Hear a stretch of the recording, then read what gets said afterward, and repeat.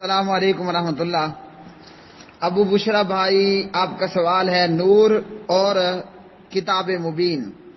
یہ پارہ نمبر 6 ہے، سورہ المائدہ ہے اور اس کی آیت نمبر ہے 15۔ قد جاءکم من اللہ نور و کتاب مبین، یقیناً تمہارے پاس اللہ کی طرف سے روشنی اور واضح کرنے والی کتاب آ گئی ہے۔ یہدی بہ اللہ، جس کے ذریعے سے اللہ رب العالمین اس شخص کو سلامتی کی راہ دکھاتا ہے جو اللہ کی رضا کی پیروی کرنا چاہتا ہے، اور انہیں اپنے حکم سے اندھیروں سے روشنی کی طرف نکال لاتا ہے اور سیدھے راستے کی طرف ان کی رہنمائی کرتا ہے۔ تو اس آیت کو لے کر اہل شرک، البریلویہ اور دیگر کا یہ کہنا ہے کہ نبی علیہ الصلاۃ والسلام نور ہیں، کیونکہ اللہ نے فرمایا تمہارے پاس نور آ چکا ہے۔ تو یہاں یہ سن لیجئے کہ یہ صرف اہل شرک البریلویہ کا دھوکہ ہے، فریب کاری ہے، اور اس آیت کا وہ معنی مفہوم مراد لیا جا رہا ہے اہل شرک البریلویہ کی طرف سے، جو کہ صحابہ اور سلف نے نہیں لیا۔ یہاں نور سے مراد اللہ کی کتاب قرآن مجید ہے، اور اسی کا ذکر اللہ نے پھر کتاب مبین کر کے بتا دیا۔ پہلا یہاں سوال یہ ہے کہ اس آیت کو لے کر البریلویہ اہل شرک کا یہ کہنا کہ نبی علیہ السلام نور ہیں، یہاں کہاں ذکر ہے محمد صلی اللہ علیہ وسلم کا؟ یہاں تو سمپل یہ بتایا گیا ہے قد جاءکم من اللہ نور، تمہارے پاس اللہ کی طرف سے نور یعنی روشنی آ چکی ہے۔ تو یہاں تو نبی علیہ الصلاۃ والسلام کا دور دور تک کوئی ذکر نہیں ہے۔ کجا یہ کہ اس کو یہ کہہ دینا کہ یہ نور سے مراد نبی علیہ الصلاۃ والسلام ہے، تو یہاں نور سے مراد کتاب مبین ہے۔ تمہارے پاس نور آ چکا، اور وہ نور کیا ہے؟ وہ کتاب مبین قرآن مجید ہے۔ اس کا ثبوت خود یہی آیت اور اس سے اگلی آیت نمبر 16 ہے۔ اللہ رب العالمین فرماتے ہیں یہدی بہ اللہ، جس کے ذریعے سے اللہ اس شخص کو سلامتی کی راہ دکھاتا ہے جو اللہ کی رضا کی پیروی کرنا چاہتا ہے۔ یہاں اگر نور سے مراد نبی ہوتے اور کتاب مبین قرآن پاک ہے تو یہ کتنی چیزیں بن گئیں؟ ایک نور نبی اور ایک کتاب مبین، تو یہ دو چیزیں بنی۔ اب دو چیزوں کے لیے ضمیر بھی آگے دو تثنیہ کی ضمیر آنی تھی، یہاں ضمیر آئی ہے بھی ہی، با کے بعد جو ہی ہے یہ واحد کی ضمیر ہے۔ با کو نکال دیجئے، بہلا میں جو ہا ضمیر ہے یہ واحد کی ضمیر ہے۔ اگر یہاں نور سے مراد نبی ہوتا اور کتاب مبین علیحدہ سے قرآن مجید ہوتا تو پھر یہاں ضمیر آنی چاہیے تھی واحد کی بجائے تثنیہ کی۔ یہاں ضمیر آئی ہے واحد کی، بہی میں ہا ضمیر ہے واحد کی۔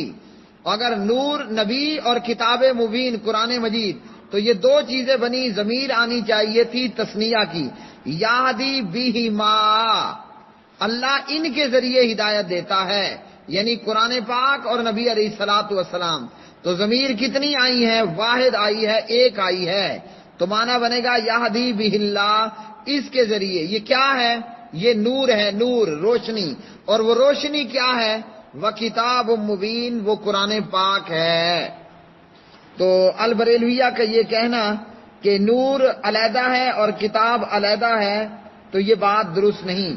اگر ایسا ہوتا تو اللہ رب العالمین فرماتے یہدی بہم اللہ، اللہ ان دونوں کے ذریعے جو ہے وہ ہدایت دیتا ہے۔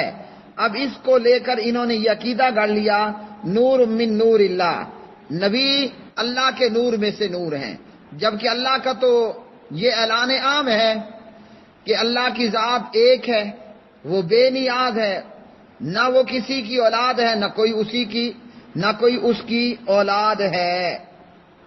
واللہ عالم الصواب۔ السلام علیکم ورحمۃ اللہ۔ کہا جاتا ہے کہ میں تم جیسا بشر ہوں یا میں فقط بشر ہوں، انما انا بشر مثلکم، میں تو فقط تمہارے جیسا ہی انسان ہوں۔ تو بریلوی کہتے ہیں یہ توہین ہے، تو یہ ہم نے تو نہیں کہا، نعوذ باللہ من ذالک۔ بریلویوں کو کیس کرنا ہے تو اللہ کے قرآن پر اور اللہ تعالیٰ پر کر دیں، ہم تو قرآن کی آیت پڑھ رہے ہیں، قل انما انا بشر مثلکم، سورہ کہف پارہ نمبر 16 وغیرہ۔ تو اگر بریلویوں کو یہ برا لگ رہا ہے، بریلوی سے توہین سمجھ رہے ہیں، تو نعوذ باللہ پھر کریں عدالت میں جا کر قرآن پاک پر کیس یا اللہ پر کیس کریں، یا نعوذ باللہ Khadim Rizvi and party, Tahir al-Qadri and party, Ilyas Qadri and party, نعوذ باللہ قرآن پاک کے خلاف جو ہے وہ کسی اور چوک میں دھرنا دے کر بیٹھ جائیں۔ تو قرآن پاک نے کہا ہے ہمارے جیسا بشر کیسے ہیں؟ ہماری کتنی آنکھیں ہیں؟ 2 ہیں۔ ناک کتنے ہیں؟ 1 ہے۔ ناک میں سوراخ کتنے ہیں؟ 2 ہیں۔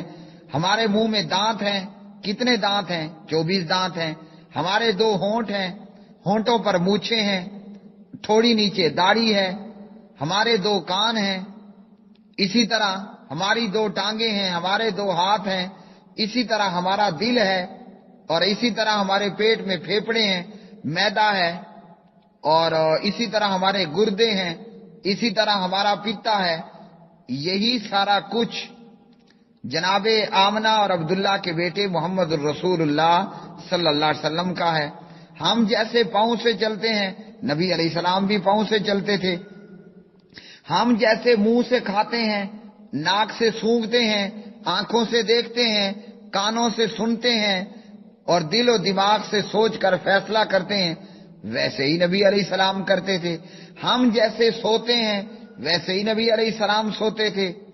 ہم جیسے جاگتے ہیں ویسے ہی نبی علیہ السلام جاگتے تھے۔ ہم جیسے آنسو بہاتے ہیں، نبی علیہ السلام کی آنکھوں سے بھی آنسو بہتے تھے۔ ہم جیسے خوش ہوتے ہیں تو خوشی میں ہمارا منہ کھل جاتا ہے، دانت نظر آتے ہیں، ویسے ہی نبی علیہ السلام مسکراتے تھے۔ اور جیسے ہم اپنی ماں کے پیٹ سے پیدا ہوئے، اپنے باپ کے نطفے سے پیدا ہوئے، جیسے ہماری ولادت اور پیدائش ہوئی کہ ہم اپنی ماں کے جسم سے نکلے، ویسے ہی نبی علیہ السلام بی بی آمنہ سے پیدا ہوئے۔ جیسے ہمارے ابا نے شادی کی تھی، ویسے عبداللہ اور آمنہ کی شادی ہوئی تھی، اور عبد المطلب نے اپنے بیٹے عبداللہ کے لیے آمنہ کو بہو بنایا تھا، ویسے ہی ہماری اماں ابا کی شادی ہوئی، اسی طرح ہی آمنہ اور عبداللہ کی شادی ہوئی۔ پھر اس کے تعلق سے جیسے ہم پیدا ہوئے ویسے ہی نبی علیہ السلام پیدا ہوئے۔ جیسے ہم مر جاتے ہیں، فوت ہو جاتے ہیں، ویسے نبی علیہ السلام بھی فوت ہو گئے۔ تو انما انا بشر مثلکم۔ اب نبی علیہ السلام چونکہ اللہ کے پیغمبر تھے، وہ رسول تھے، ان پر وحی نازل ہوتی تھی، اور ہمارے جیسے انسان ہو کر وہ اللہ کی ساری مخلوق میں افضل اور اولا اور اعلیٰ ہیں۔ تو اسی طرح نبی علیہ السلام کو ان کی نبوت اور رسالت کی وجہ سے، ان پر وحی کی جانے کی وجہ سے اللہ نے ان کو معجزات بھی عطا فرمائے تھے۔ ہم صرف آگے سے دیکھتے ہیں، نبی علیہ السلام نماز میں پیچھے سے بھی دیکھا کرتے تھے۔ ہم جب سو جائیں ہمارا وضو ٹوٹ جاتا ہے، نبی جب سوتا تھا اس کا دل جاگتا تھا، اس کی آنکھیں سوتی تھیں۔ یہ کیوں ہوئے؟ کہ میرے اوپر وحی نازل ہوتی ہے، پیغمبر پر وحی نازل ہوتی تھی، وہ چونکہ نبی اور رسول تھے تو اللہ نے ان کو معجزات بھی عطا فرمائے تھے۔ اور اسی معجزات میں سے ہے کہ ہمارا پسینہ وہ بدبودار ہوتا ہے، اور پیغمبر کا پسینہ خوشبودار ہوتا ہے۔